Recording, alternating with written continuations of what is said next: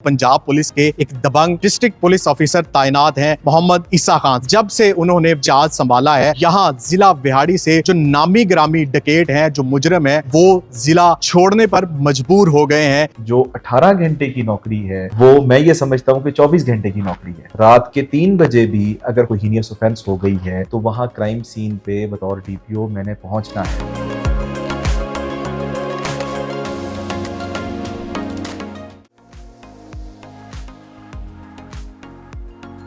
अस्सलाम वालेकुम सर। वालेकुम सलाम। कैसे क्या हैं? हाल है? आप ठीक है, खैरियत से हैं? अल्हम्दुलिल्लाह। ठीक ठाक है। वेलकम जी। सर, ऑफिसर की जॉब को तो बड़ा जो है वो शाही जॉब समझा जाता है और यही तासर होता है कि ऑफिसर्स की शाही जॉब होती है और बड़ी रिलैक्स जॉब होती है। लेकिन जब मैं यहाँ पे आया और आपके कारनामों की लिस्ट देखी, अवाम से बिहाड़ी के बात हुई तो यही लगा कि आप तो शायद 18-18 घंटे काम करते हैं। एक अंग्रेजी की कहावत है कि uneasy lies the head that wears crown.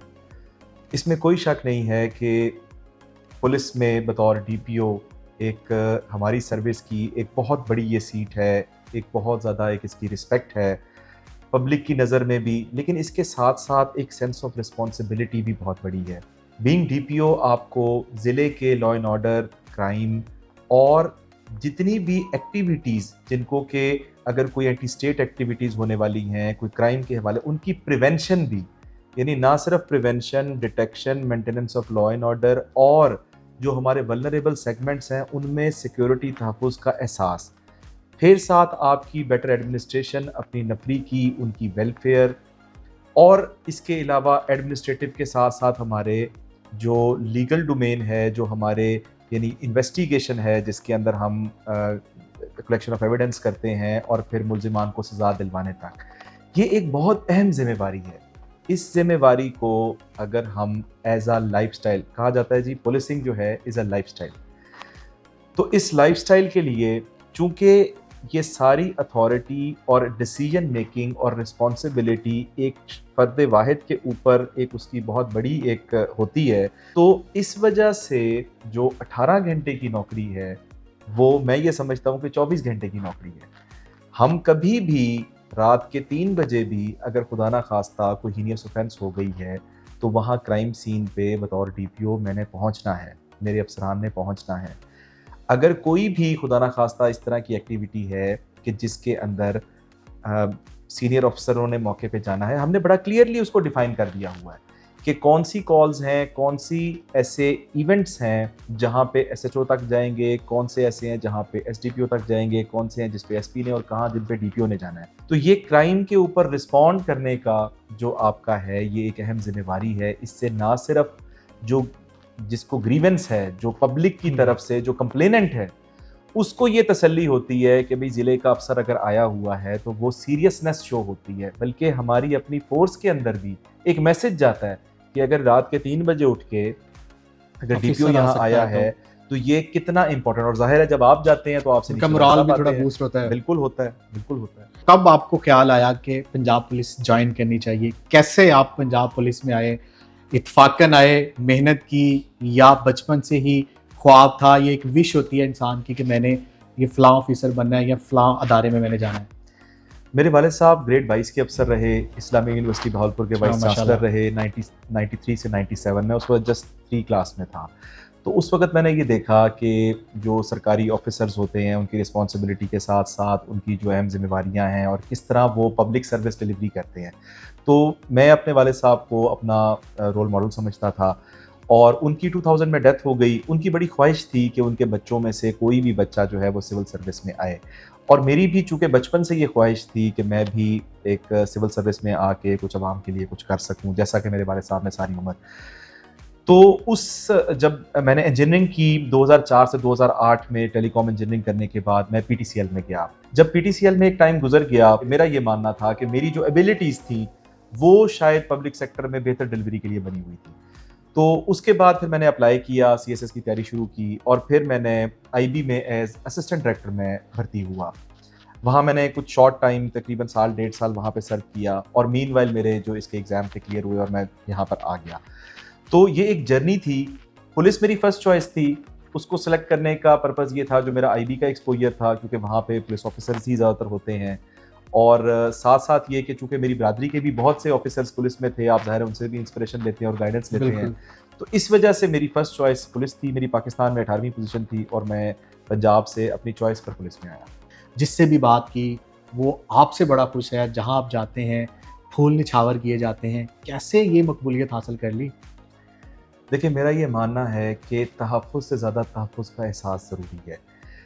जब आवाम को ये यकीन हो जाएगा कि हम इस वक़्त जो हमारा पुलिस है, वो उसकी crime fighting strategy, crime prevention strategy, crime detection में उनकी एक सीरियसनेस है, हमारी बात को सुना जाता है और क्राइम के अंदर एक नुमायाँ कमी आ रही है। जब वो इस चीज़ को फ़ील करते हैं तो हमारे अवाम जो हैं वो अपने इदारों से मोहब्बत करने वाले लोग हैं, वो आपकी रिस्पेक्ट करते हैं। सेकंड चीज़, हमने एक ऑनलाइन अपना फीडबैक का सिस्टम बनाया। हमने अपना जो विहाड़ी पुलिस का पेज था उस पे ये लिखा कि अगर आप हमारी क्राइम फाइटिंग स्ट्रेटजी से मुतमईन हैं तो आप हमें फीडबैक दें। 92% से ज़ायद लोगों ने उसके अंदर कमेंट किया, जो कि आज फेसबुक पे आवाम किसी को छोड़ती नहीं है, सोशल मीडिया पुलिस तो वैसे ही टारगेट पे होती है। बिल्कुल ऐसे। तो मैं विहाड़ी के 34 लाख आवाम का शुक्रगुजार हूँ कि उन्होंने एक ओपन प्लेटफॉर्म पे भी हमें मोर देन 90% एक्नॉलेज किया।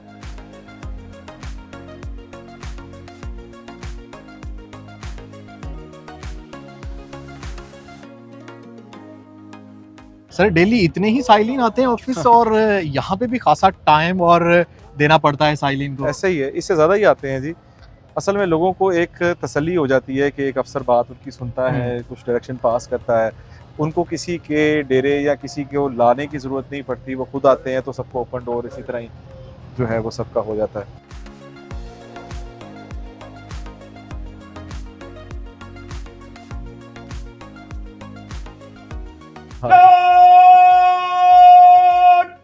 होशियार होगी।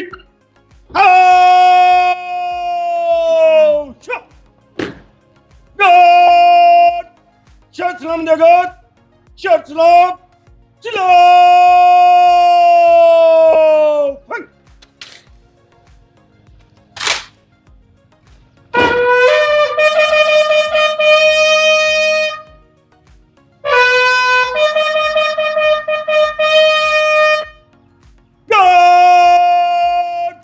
नीचे फंक करेगी, नीचे फंक।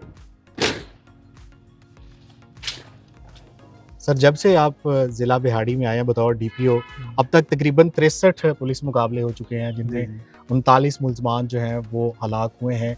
क्या आप भी फ़ौरन इंसाफ के कायल हैं? देखें, जितने भी ये जो जिनका आपने जिक्र किया कि हमारे पुलिस इनकाउंटर्स हुए हैं, इनमें हमारे 2 जवान भी ज़ख्मी हुए हैं।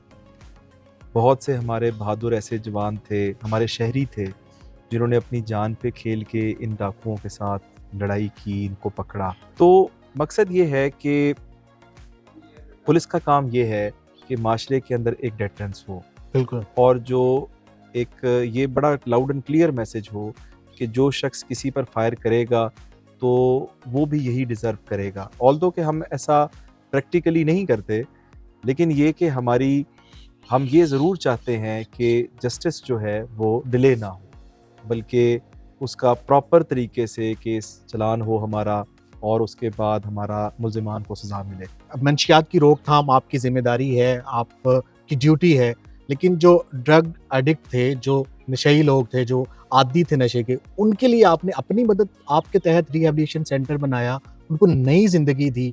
ये किस तरह था पूरा प्रोसीजर आपका? इतना मैसिव क्रैकडाउन हुआ ड्रग के खिलाफ, तो हमारे ड्रग जो पेडलर्स थे या कैरियर्स थे वो मेजॉरिटी में या पकड़े गए या भाग गए। अब जो हमारे ड्रग एडिक्ट्स थे, जो होमलेस थे, डेस्टिट्यूट, सड़कों पे पड़े, बेसहारा, माशरे के ठुकराए हुए, उनको कोई एक्सेप्ट नहीं करता, फिर उनको पहले भी कोई एक्सेप्ट नहीं करता था, और जब अब ड्रग की भी शॉर्टेज हुई तो वो अपने बेसिक सर्वाइवल के लिए डिपेंडेंट थे क्राइम के ऊपर, छोटे मोटे क्राइम पे। तो जब एक ऐसे ड्रग एडिक्ट जिनको सप्लाई नहीं मिल रही, वो नशे की कमी की वजह से मर रहे हैं, अपने सर्वाइवल की वजह से क्राइम ज़्यादा कर रहे हैं, तो ये एक सोसाइटी के लिए खतरा है। अब अगर हम उनको थोड़ी बहुत क्वांटिटी में भेज देते तो जेल जाके भी आखिर अल्टीमेटली, क्योंकि यहाँ पे कोई रिहैब सेंटर ऐसा नहीं था, तो हमने क्या किया, हमने एग्जिस्टिंग चीज़ों को यूज़ करते हुए, उनको 3 टाइम का खाना चाहिए, हमारे पास दरबार मौजूद है, लंगर खाने मौजूद हैं, 3 टाइम खाना हमने फ्री ऑफ कॉस्ट अरेंज कर दिया। उनको हॉस्पिटल की केयर चाहिए, हमने जो RHQ है, हमारे रीजनल हेडक्वार्टर्स जो हमारे होते हैं, जैसे THQ होते हैं और फिर रूरल हेल्थ सेंटर्स जिसको कहते हैं RHC, उसके अंदर पहले सहूका में 20 रखे पायलट प्रोजेक्ट में, फिर हमने 40 रखे लुडन में, तो हमें वो मिल गए, डॉक्टर मिल गए, वार्ड मिल गया, खाने का अरेंजमेंट हो गया। जो उनके कपड़े और जो दवाइयाँ वगैरह थी उसके लिए कुछ फिलैंथ्रोपिस्ट हमें मिल गए, कुछ NGOs हमें मिल गई, हमने उनकी स्क्रीनिंग कराई, उनको सेपरेट किया, जिनको हेपेटाइटिस या मोलक बीमारियाँ थी, एड्स वगैरह, जो बाकी बचे उनका हमने उनको उस तरह से किया। और आप ये देखें कि फिर हमने बड़ी ग्रैंड सेरेमनीज़ की, हमने उनको फैमिली से रीयूनाइट किया, हमने उनको प्रोडक्टिव मेंबर बना कर छोड़ा। ये एक बहुत बड़ा प्रोजेक्ट था कि उन लोगों को, ऐसे बेसहारा लोगों को जो अपने सर्वाइवल पे नहीं रह पा रहे थे, उनको हमने रीहैब करके किसी गवर्नमेंट के खर्चे के बगैर, और हमने 60 लोगों को एक प्रोडक्टिव मेंबर बनाकर और फिर छोड़ा। अब वो खुशगवार ज़िंदगी गुजार रहे हैं। हमने उनको एटलीस्ट उन विड्रॉल सिम्टम्स से निकाल कर उनकी फैमिलीज़ और ज़िम्मेवारों तक दिया, ताकि हम ये बात कर सकें कि हम सर्वाइवर हैं इस माशरे के लिए।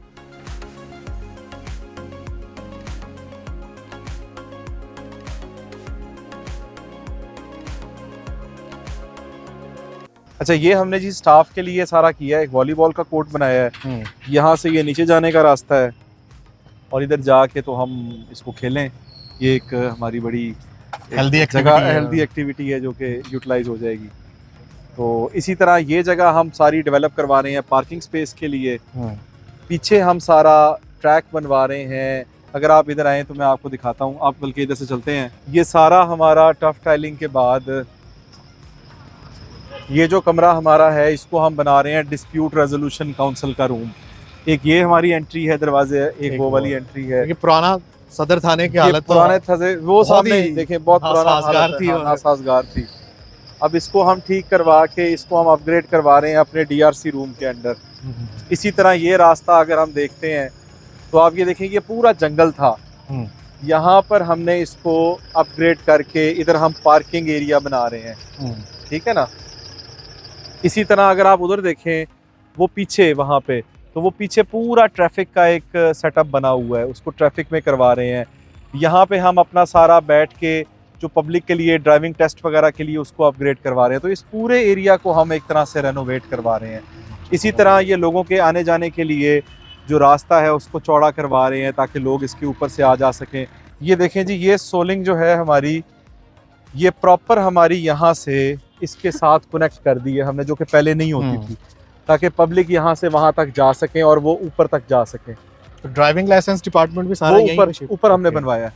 अब आप ये ट्रैक देखें, ये पूरा हमने रेड कलर का इसके ऊपर डलवा के, ये प्रॉपर हमारा ये ट्रैक है जो कि हम सारा इसको सेट कर रहे हैं। अगर आप देखेंगे इसको तो ये सारी साइड कितनी खूबसूरत इंशाल्लाह ताला हमारी ये नज़र आएगी। सर, जैसे हमने बात की देही इलाका जात हैं, 80% आपने बात की कि 80% जो एरिया आपका वो देहात है जी। और अगर मैं थाना कल्चर की बात करूं तो यहाँ पे बहुत ज़्यादा होता है, टाउट माफिया बहुत ज़्यादा होती है। जी। जो थानों के इर्द गिर्द होते हैं, जो मामला थाने के वही देखते हैं, केसेस को वो डेली दिहाड़ियाँ लगा के यहाँ से जाते हैं ब्राइब की सूरत में, और फिर अंदर जो स्टाफ बैठा है उनके साथ जो डीलिंग है वही टाउट माफिया करता है। तो टाउट माफिया को ख़त्म करने के लिए भी कोई इनिशिएटिव्स लिए जा रहे हैं?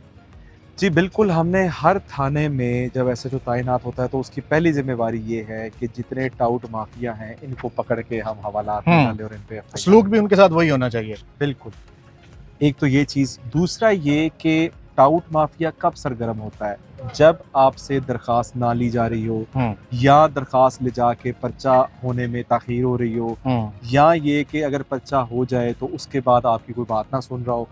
ये प्री रिक्विजिट्स हैं जिसकी वजह से लोग सहारा लेते हैं, या दरख्वास्त लिखने में मदद करवानी हो, यही 4-5 चीज़ें हैं ना, वरना कोई टाउट के पास क्यों जाएगा। जब हमने दरवाजे खोल दिए, एक गाइड कांस्टेबल बना दिया, आप दरख्वास्त नहीं लिख सकते, आप उससे लिखवा लें।